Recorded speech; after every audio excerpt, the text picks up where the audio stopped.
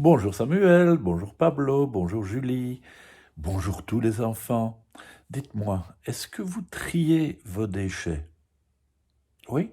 Ouais, c'est très bien parce que c'est fort fort important. Tom, lui aussi, trie les déchets. On va voir comment.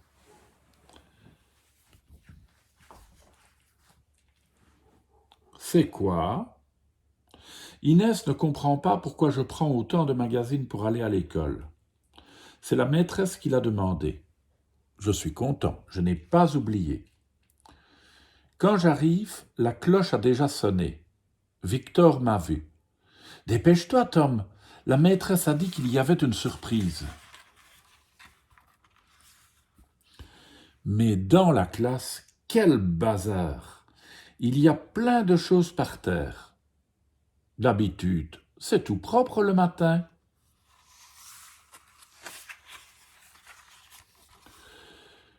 Ben ça, c'est pas une surprise, dit Flore, déçue. J'ai vu un pot yaourt comme à la maison, ajoute Victor.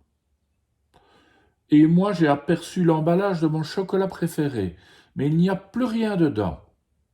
Peut-être que la maîtresse a tout mangé? Mais, dit Émilie, il faut mettre tout ça à la poubelle. Tu as raison, répond la maîtresse. Ces objets sont à jeter, mais ils ne vont pas tous dans la même poubelle. La maîtresse nous montre 4 bacs de couleurs différentes. Sur l'affiche, on voit ce qu'il faut jeter dans chacun des bacs. Regardez, dans le jaune, on met les papiers. Victor commence, il est sûr de lui. Ce magazine va dans la poubelle des papiers. Ici, c'est la jaune. Flore hésite. Où mettre son pot de yaourt? Jaune, c'est pour les papiers. Alors, gris, bleu ou rouge? Moi, j'ai un bocal en verre, trop facile, c'est dans le bac du verre. Une fois qu'on a terminé, la maîtresse explique comment on réutilise les déchets quand ils sont bien triés.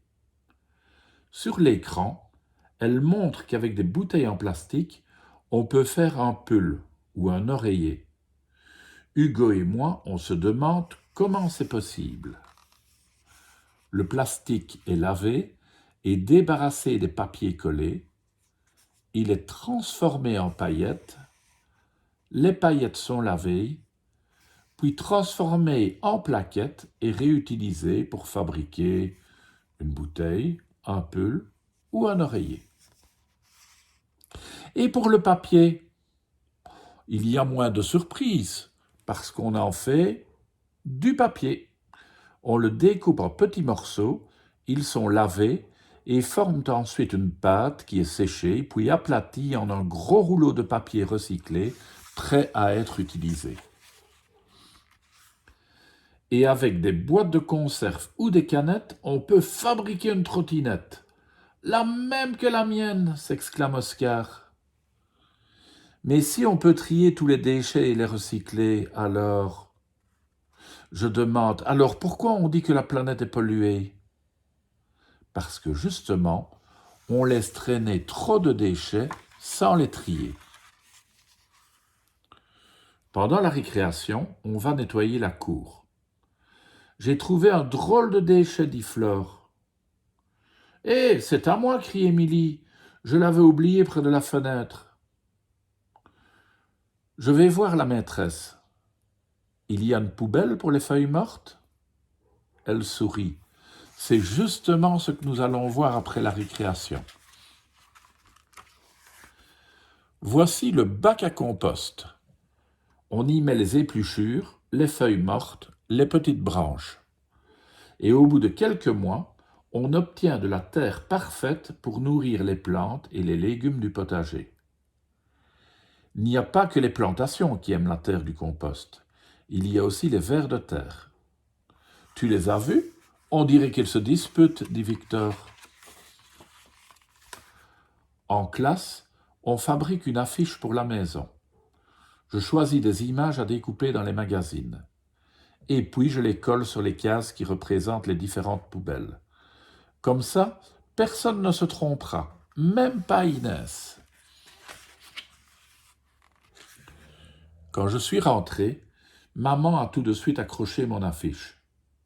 À côté de la poubelle normale, on a mis une caisse pour les papiers, une autre pour le plastique. Je montre à Inès comment on fait.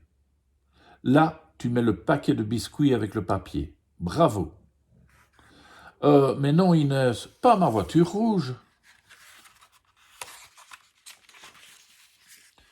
Pour les épluchures, je donne à papa l'idée d'installer un bac à compost dans le jardin. Comme ça, maman aura de la super terre pour ses fleurs. Voilà. Ben, il te reste à demander à papa et maman comment ça fonctionne chez vous pour les couleurs, et puis bien penser à mettre le bon déchet dans le bon bac. À demain les enfants.